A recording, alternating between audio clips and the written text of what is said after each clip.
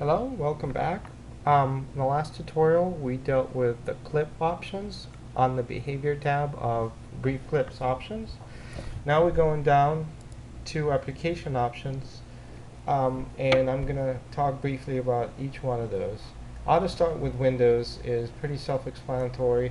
If it's on, every time you start up your computer, BriefClips will start up automatically. You can toggle that on and off. So let's say if you are using this at work and you want BriefClips to just start automatically without having to double click on it on your desktop, switch that on, and next time you restart your computer, it will come up automatically. Display system tray icon has to do with this BriefClips icon that is down here, and that has a menu associated with it that has some really useful functions on there.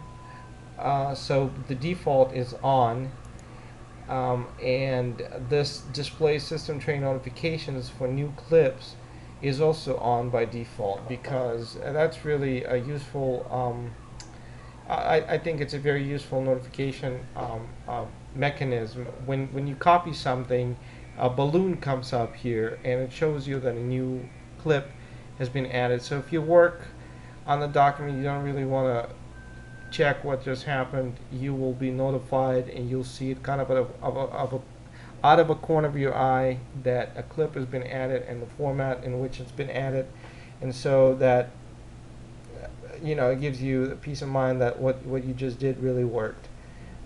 So I keep those on, particularly because I use this menu all the time.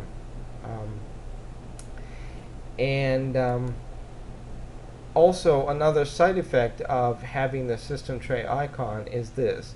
When it's on and you have the system tray icon displayed, when you minimize BriefClips, it goes straight to the system tray, so it's not here in your taskbar. And just clicking once on the icon restores it, brings the screen back up.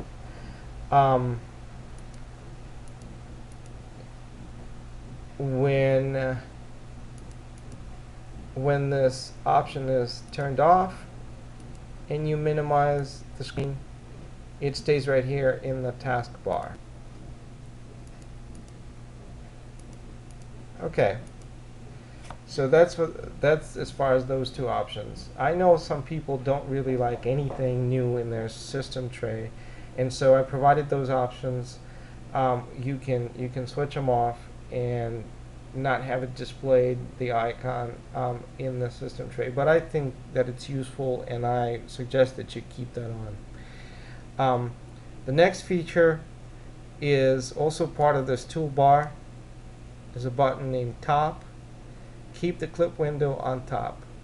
What that will do is exactly what it says. If it's on and you have something open, it will just keep the BriefClips on top, so you can click and paste here in your document.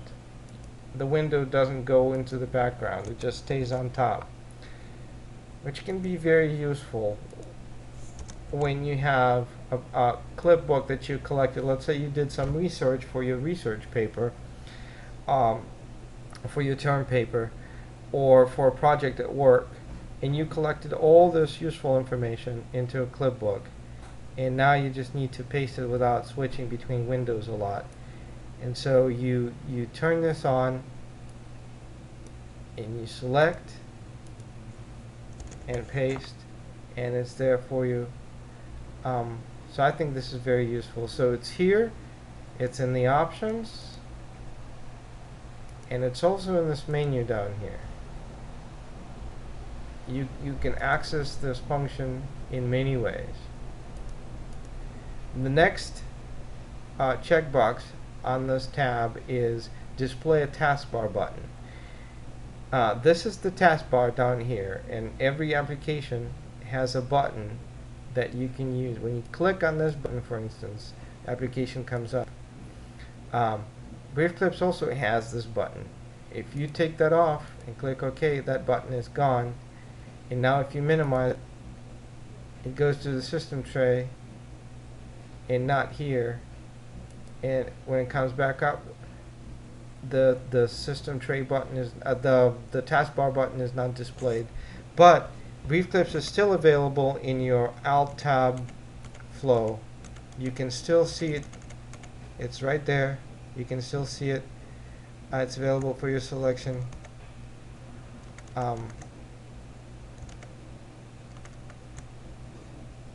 So that just takes the button off of there.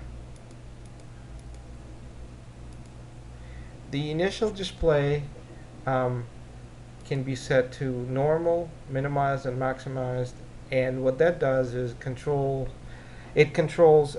what the application will look like when it first opens. So when you come in and open BriefClips, it's going to be either displayed normally like you see it now, minimized, which is going to be into the system tray, or maximized, which is basically full screen. So using just this tab right here, you can fine-tune BriefClips behavior and what it does and how you can use it in your workflow.